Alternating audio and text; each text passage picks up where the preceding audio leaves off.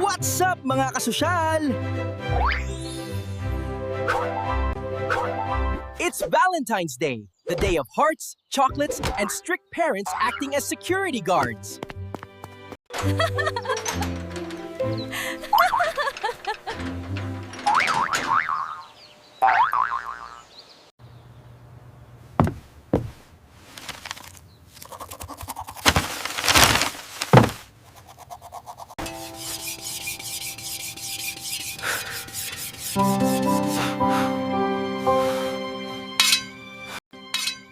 Meet Mang Boy, retired Marines. Ang hobby niya, magpakintab ng itak tuwing may manliligaw ang anak niya. At ang kanyang prinsesa na nakakulong sa tore.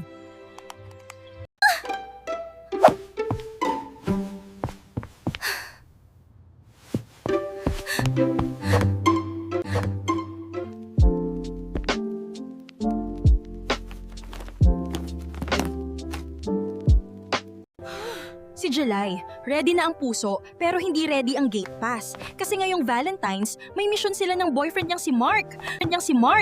Ang mission, makatakas para sa isang fishbowl date.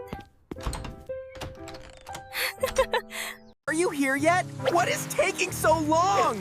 The roses are ruined. I look terrible.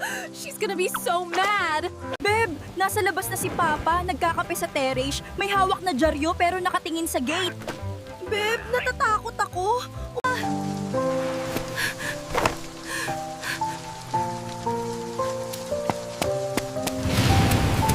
Ang plano ay simple pero delikado. Operation, aso-asuhan. Kailangan dumaan ni July sa likod bahay, lampasan ang CCTV sa garahe. At higit sa lahat, iwasan ang The Enforcer. Isang maliit at mukhang galit na chihuahua, na ang pangalan ay Bantay, ay natutulog sa likod ng bahay.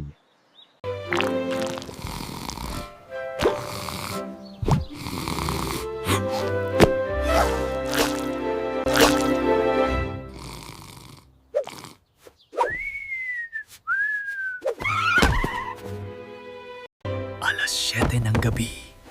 The Eagle has landed. Step 1. Iwasan ang creaky floorboard sa pangatlong baitang.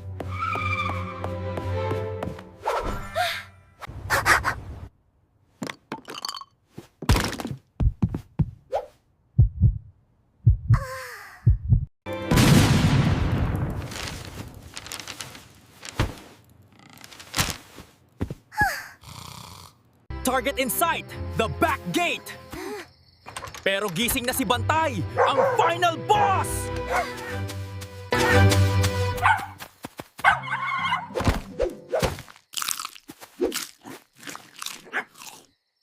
Grabe, babe. Akala ko mamamatay na ako sa kaba. Amoy Vicks Vaporub yung hangin kanina pagdaan ko sa tapat ng bahay nyo. Tara na, bilis! Baka magising si Papa. Success ang takas. Kaso, Ito yung problema sa nakaw na sandali.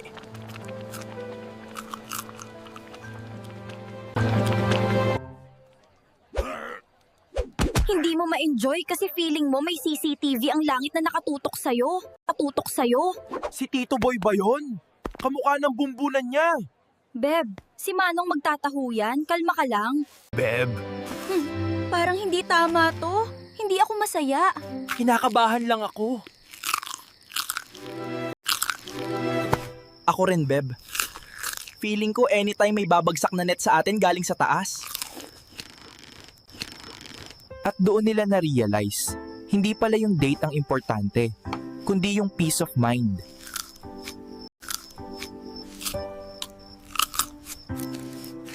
Mas masarap ang fishball kapag walang halong kaba. Pa, Sorry po. Tumakas kami. Sorry po talaga. I'm just disappointed. We know, Mang Boy. We understand. Good evening po. Sorry po, sir. Kasalanan ko po. Huwag niyo po siyang agalitan. Alam ko, Kanina ko pa kayo pinapanood sa CCTV. Ang bagal mo gumapang sa sofa, anak! Hinayaan ko lang kayo para ma-realize nyo na hindi masaya ang magtago. Mark, Yes po, Sir Air Force General, sir. General, sir. Sa susunod, kumatok ka. Harapin mo ako. Kung kaya mong ipaglaban ang anak ko sa harap ko. mas maniniwala ako na mahal mo siya. Hindi yung dadaunin mo sa likod bahay na parang magnanakaw. O siya, pasok! Nagluto ang mama nyo ng spaghetti.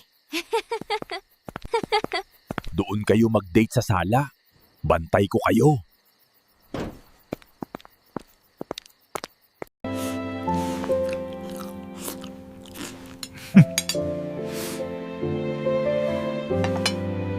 Sa tingin nyo, sulit ba ang thrill ng pagtakas kung kapalit naman ito ay paranoia at takot?